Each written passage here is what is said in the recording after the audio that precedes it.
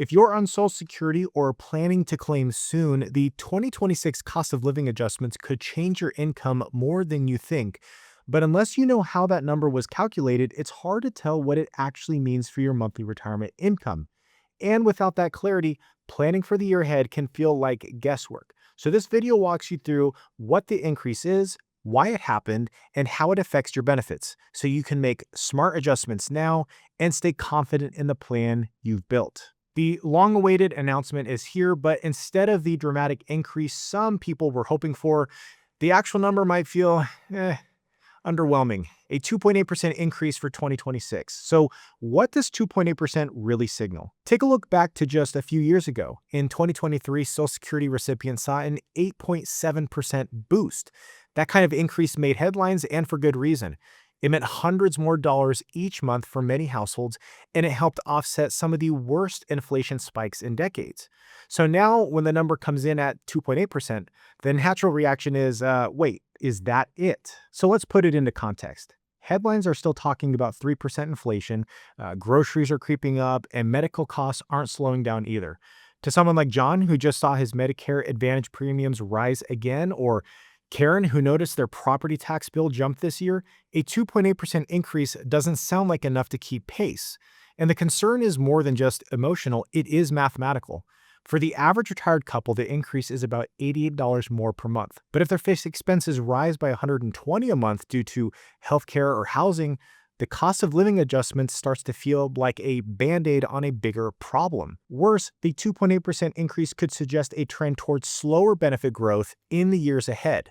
If inflation moderates, but core expenses for seniors like prescriptions, premiums, and utilities continue to rise faster than the overall index, each year of modest increases chip away at real purchasing power. So the 2026 Social Security COLA is 2.8%, one of the smallest increases in years, but still slightly higher than 2025. But let's put some meat on the bone.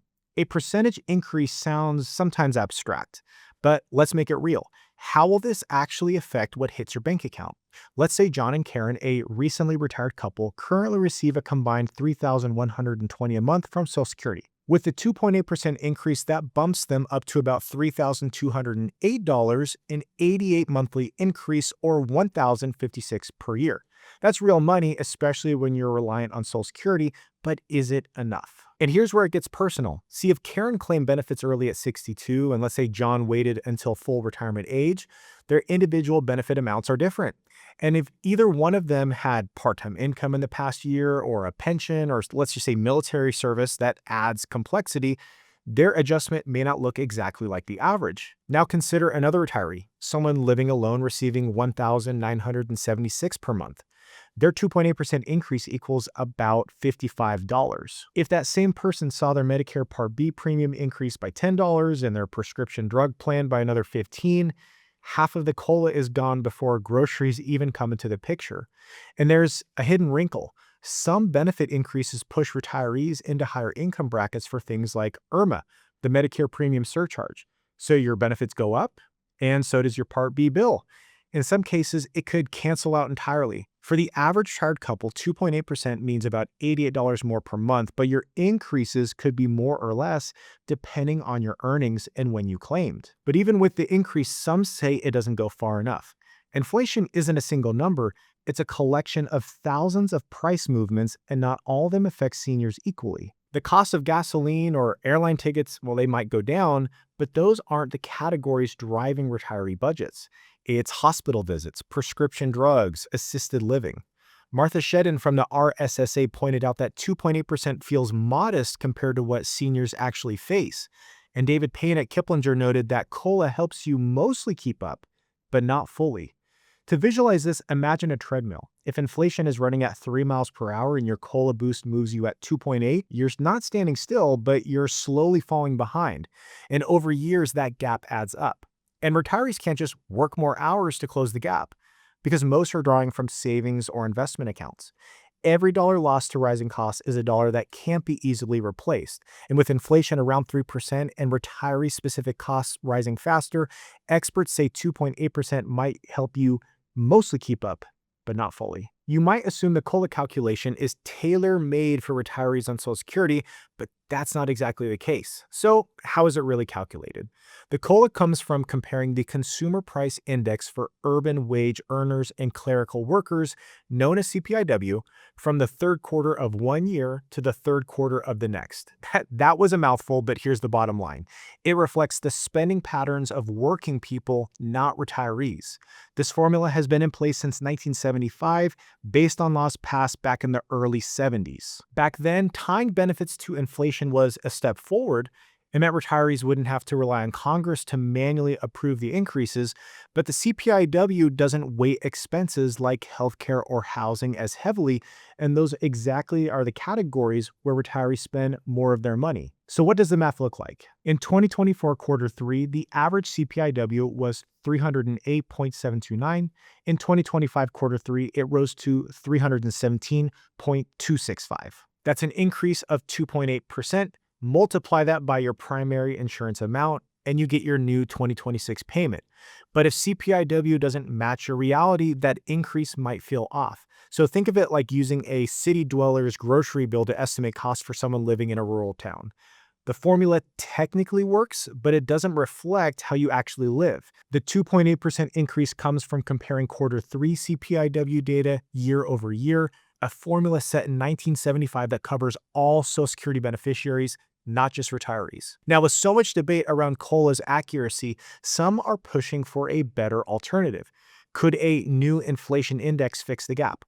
One proposed fix is the CPIE, the Consumer Price Index for the elderly. Unlike the CPIW, which focuses on working-age Americans, CPIE weights medical costs and housing more heavily. These are the very expenses retirees grapple with the most. See, supporters say using the CPIE would create a more accurate reflection of retiree needs, but opponents argue that Social Security isn't just for retirees. It also supports disabled workers and survivors, and creating a retiree-specific formula could complicate the fairness. And then there's the legislative hurdle. Changing the formula would require an act of Congress. So far, efforts to implement CPIE have stalled despite growing awareness of its potential benefits. Still, the idea isn't going away. Now, with each modest COLA and rising cost of living, the argument grows stronger. Some policy experts want COLA based on CPIE, which weighs healthcare and housing more heavily, but it hasn't passed because Social Security serves more than just retirees. But what if you haven't claimed just yet? Maybe you think the COLA doesn't matter until you start receiving benefits, but actually it plays a role much earlier. Here's a key concept most people miss. COLA is applied to your primary insurance amount starting at age 62, whether you've claimed or not. That means if you're delaying benefits until, let's say, full retirement age or all the way to 70, your future checks are growing in the background. Take someone who turned 62 in 2024 and plans to wait until age 67. Their benefit base gets adjusted each year for inflation, even though they haven't claimed a single dollar. So by the time they do claim, they're starting from a higher number. Then if they delay beyond full retirement age, delayed retirement credits kick in, layering in additional increases on top. This is why understanding COLA matters for pre-retirees. If you're using a bridge strategy, pulling from investments now to delay claiming, knowing how much your future benefit is rising helps you decide how long to wait. Your primary insurance amount is adjusted for COLA every year starting at age 62, so even if you're delaying benefits, your future payments are growing. Now, if your household income is on the higher end, this year's COLA might mean more than just a few extra dollars. Well, what else is changing? So the wage cap for Social Security taxes, that's the maximum income subject to payroll tax, rose to $184,500 in 2026. That's up from $176,100 the year before. For high earners, that means more of your income is taxed at 6.2%, also matched by your employer.